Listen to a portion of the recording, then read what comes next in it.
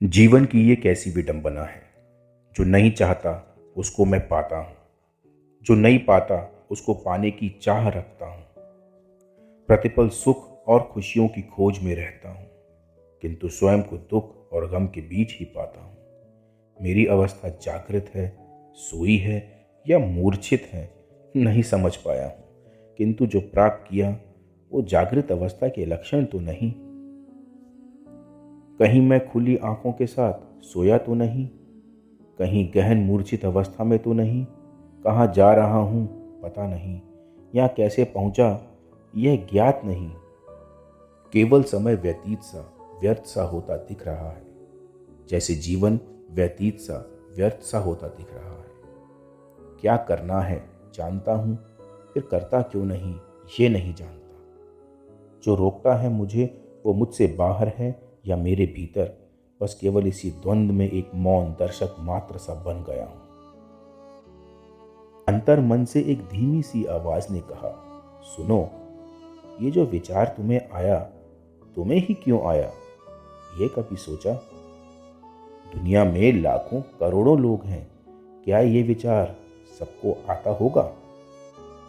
क्या सब अपने जीवन की विडंबना पर विचार करना चाहते हैं? क्या सब ये जानते भी हैं कि जीवन में कोई विडंबना भी है? तो तुम्हें ये सब विचार आने का क्या कारण है? कहीं तुम अब जाग तो नहीं रहे हो? गहन निद्रा या अपनी मूर्छा अवस्था से निकलकर जागृत अवस्था की ओर बढ़ तो नहीं रहे हो? ऐसे में परेशान होना तो स्वाभाविक है। क्या ऐसे परेशान होना गलत है? बदलाव प्रकृति का नियम है, और इसी बदलाव का पर्याय ही है ये अंतर्द्वंद, ये परेशानियां, कुछ अनिश्चितताएं, कुछ भय के भाव। ये सब तो आने ही हैं। इनका सादर स्वागत करो, मंथन करो, फिर नई सोच के साथ नए कर्म को जन्म दो और बदलाव भरे जीवन की ओर अग्रसर हो। अचानक आंख खुली तो खुद को सर्दी की एक सुबह में रजाई की गर्माहट में सोते पाया। हृदय गति जो सोते समय काफी तीव्र थी, उसमें कुछ ठहराव की अनुभूति सी हुई।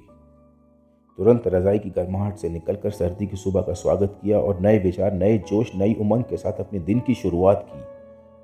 परेशान था अपने प्रश्नों से, पर अब प्रसन्न हूं कि इनका उत्तर पाना ही जीवन का ध्येय है। यही अब मेरे जीवन का लक्ष्य है।